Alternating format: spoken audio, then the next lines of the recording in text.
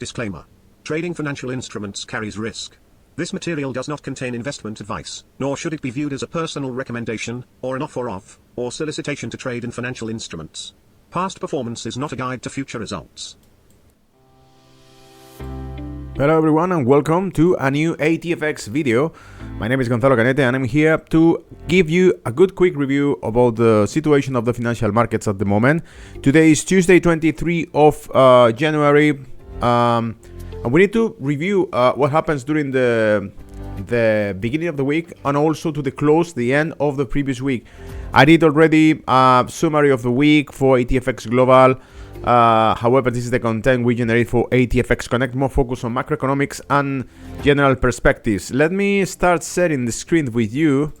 And okay, where we are, we got market, we got also the macroeconomic update, and let's start with this.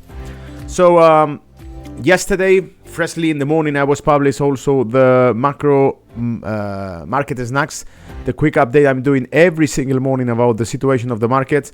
And on this occasion, I was explaining to you this situation. What you got in the screen is right now the SP 500, the US market, the biggest equity index in the world, breaking up the maximums done during the last Friday evening on the closing of Wall Street. It was breaking up the maximums, making a new records. Since then, yesterday, Monday 22nd of January, market was still rising a little bit for a while, but making a kind of lateral movement, and it ending taking back part of the movements done during the day. And today it seems to be more like a kind of a negative session. As you can see here, we are doing again a new kind of lateral movement on the price. I would like to also add here a projection of the range, because if we have seen these range done for the last few weeks, maybe what we're gonna face now is exactly 50% of this range. Let's take. We're gonna face probably again a new range for done by between 4,800 points to almost 5,000 points, 4,950 points. Let's say 5,000 points rounded.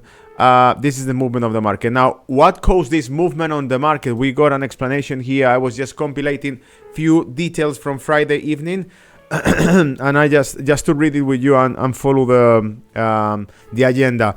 Wall Street closed the market with new records high and SP 500, as I was explaining to you right now.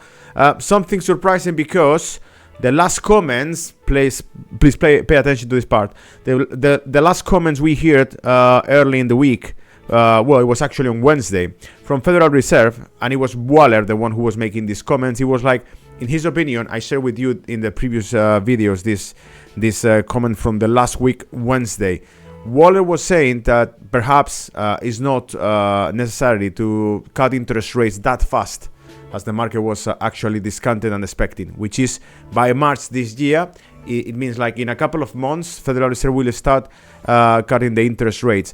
But Waller, member of the Federal Reserve, was mentioned on Wednesday that perhaps it's not need go that fast because the economy is still strong, because the labor market in the United States is still strong, below 4% unemployment rate. Keep that in mind. So therefore, they have no clear signals of weakness in the economy of the United States so far.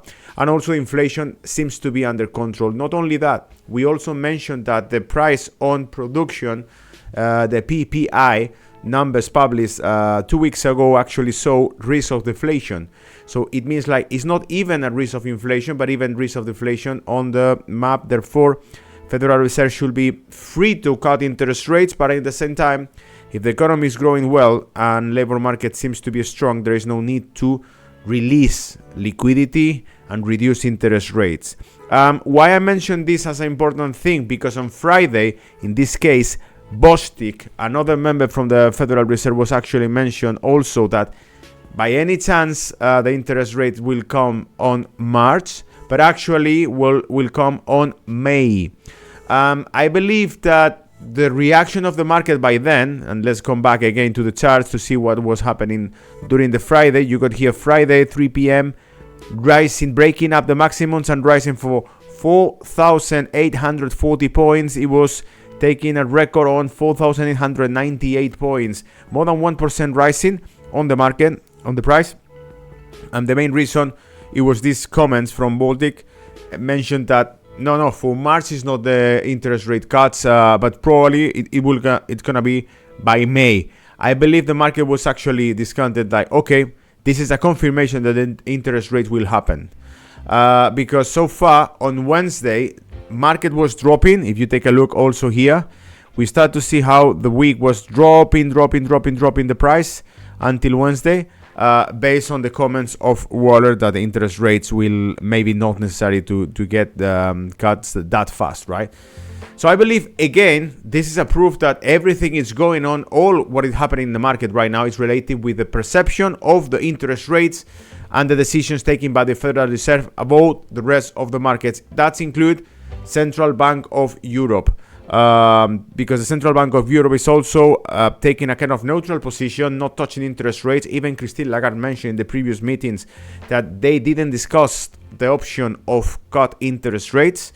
Now, the last few days we got a few members from a few officials from the Central Bank of Europe suggesting the option to cut interest rates. But so far, officially, the president of Central Bank of Europe didn't make any mention about this option and say to the journalists during the last conference that they didn't discuss this option. Therefore, market is rising, not even in the United States, but also in Europe, because of the Federal Reserve actions. And that's also an important difference considering the monetary policies to be taken in the coming months. We also got the same movement in Nasdaq. As you can see here, Nasdaq break up also maximums, new records. But as you can see, also Nasdaq is making a pause since then, since Friday, a new rally. But now, so far, Tuesday evening, market is going almost flat. Europe is in a very different position. You can see on your screen how it's in a downtrend. It seems to be, regardless the movement on the market on Friday, it seems to be, as you can see, this massive correction on the price is leaving us from a maximum of 16,773 on DAX 40 in German equity market. It was closing after all at 16,681, which means like more than 100 points below the maximums done during the season. So that's why I'm always telling you, do not trust the breakouts of the prices until the season ends. Otherwise, they can just give you that kind of fake breakout on the trend and just to attract new orders. Now, coming back to our diary, coming back to the market snacks in ATFX Connect blog. That, by the way, you can find the blog by going to ATFX Connect website, click on the blog and click on market snacks. So you got every freshly new, every freshly morning new market update there. And I was just mentioned, now let's go to Europe. This afternoon we will have a speech from European Central Bank President Christine Lagarde. Therefore, keep an eye on the movement on euro dollar. We have seen that so far there is no change. Also, we got the interest rate decision this week, so be aware that on Thursday the European Central Bank will announce the interest rate decisions. And by the way, tomorrow we also will see the PMI, Production Manufacturing Index, showing to us not only manufacturing sector but also services prices on Europe and also in United States. So keep an eye on that, because it's another indicator showing to us how strong is the economy. So far the expectations we got is a weak European economy plus a US economy that is still resisting. And Asia, if you take a look to the report today, you will see what numbers I give you as update for Asian economy. We got Thailand. The president of the Central Bank of Thailand has been reminding to the public and investors that Thailand is not in a recession, but actually showing certain numbers that is for concern, like for example a review of the growth rate from 2.8 to 2.6 for this year, and so on. I'm gonna go to details later on that. Euro dollar. So we were mentioning about the euro dollar. This is incredible. What you got on your screen right now is the evolution of the DXY, the dollar index. I mentioned this a week ago in the videos. If you go to the previous videos, you will find this chart. We will mention the option that actually this is a bullish pattern. head shoulder reverted on dollar index, which it was giving us a kind of signal or possibility of a bullish movement on dollar, and so far things seems to be going in that direction. The projection of this movement obviously will be the neck of the figure going up and finding targets around those levels, and it makes sense. So we can expect the dollar going even to 150 points. 104.50 points, sorry, means like euro dollar will keep falling, and as you can see, boom, here we go, euro dollar is keep falling. The reason of this is, again, Europe is an economy that is giving us really bad numbers, really bad results in terms of growth rate, in terms of stability, industrial production. Today, this morning, I published here the industrial production from Poland dropping. Let's open the one from this morning. Dropping to what it is, Poland. Polish industry continued to fall, although less than expected. December saw a 3.9% annual decline in Poland industry production, which was less than the country's prediction of 6.4%. Much less. Country prediction was 6.4% and it was 3.9%. And consensus of minus 5.2%. Additionally, November decline was revised upward from minus 0.7 to minus 0.3, I believe. Which means like even apparently it's a positive news, because it say like even if the Polish industry index is dropping less than expected, and is dropping less than the previous period, what was November. Which means like we can see that actually Poland is the sixth biggest economy in European Union and is still in troubles. Netherlands in troubles too. We got also Germany, which is the first economy in troubles. So like I say, the only economies that officially are not showing us recession is French economy, Spanish economy, and Italian economy. And these three economies, for many other reasons, they got troubles, mainly fiscal troubles.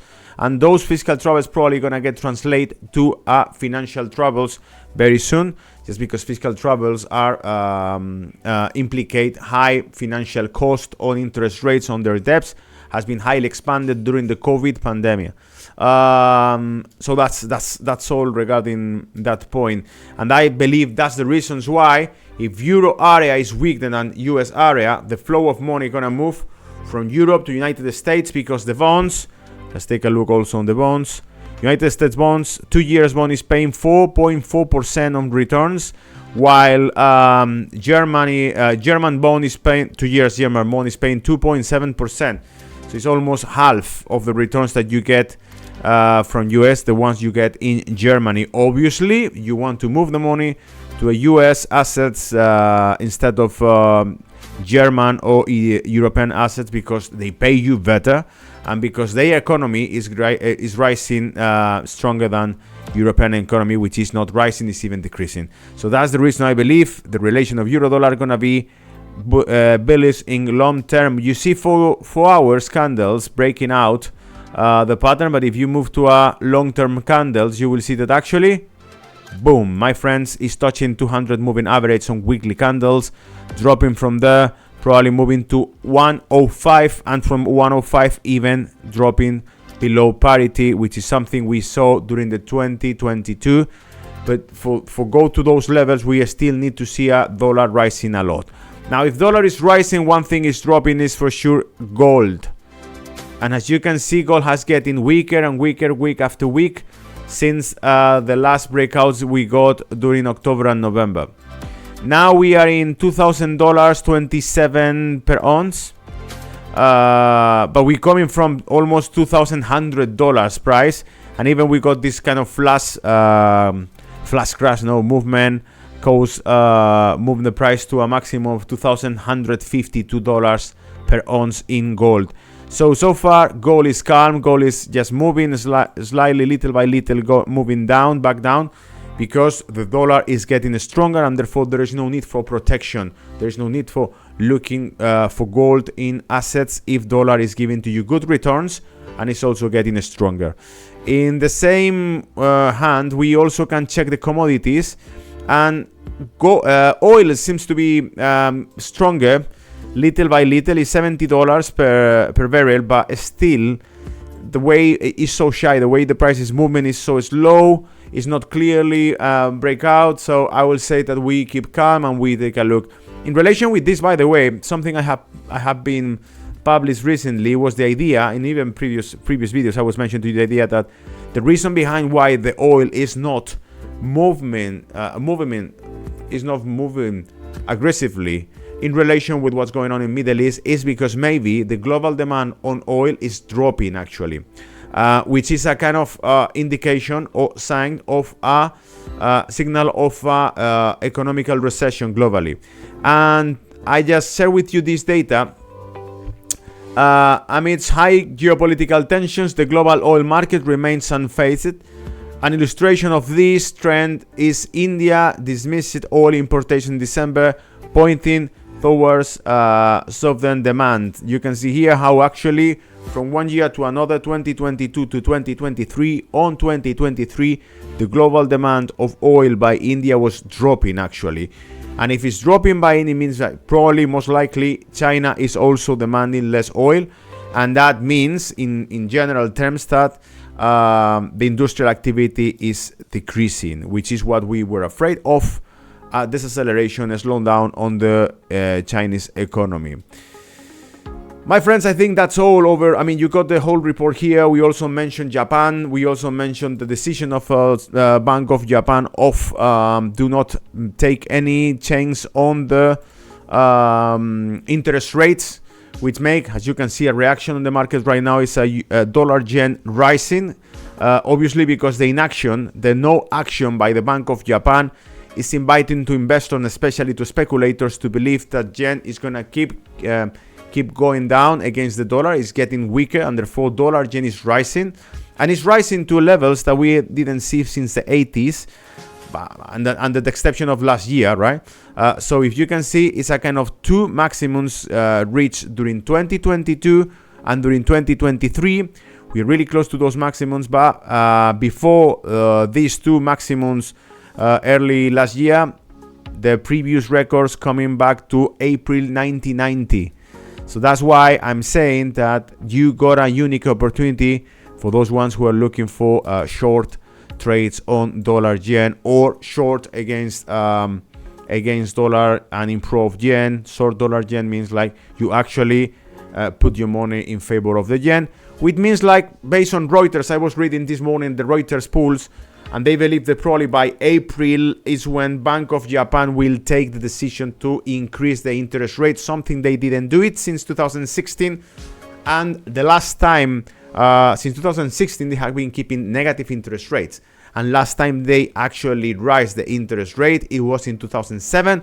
And that decision was highly criticized by the politicians because nobody likes make the money more expensive, particularly in Japan, after these flexible monetary policies for almost 20 years. Well, my friends, I think that's all. If you like this content, again, please give me a thumb up, leave the comments below. I leave you also in the description of this video the link to our social networks, and like I say always, subscribe if you like it, and see you in the next report. Take care. Bye bye.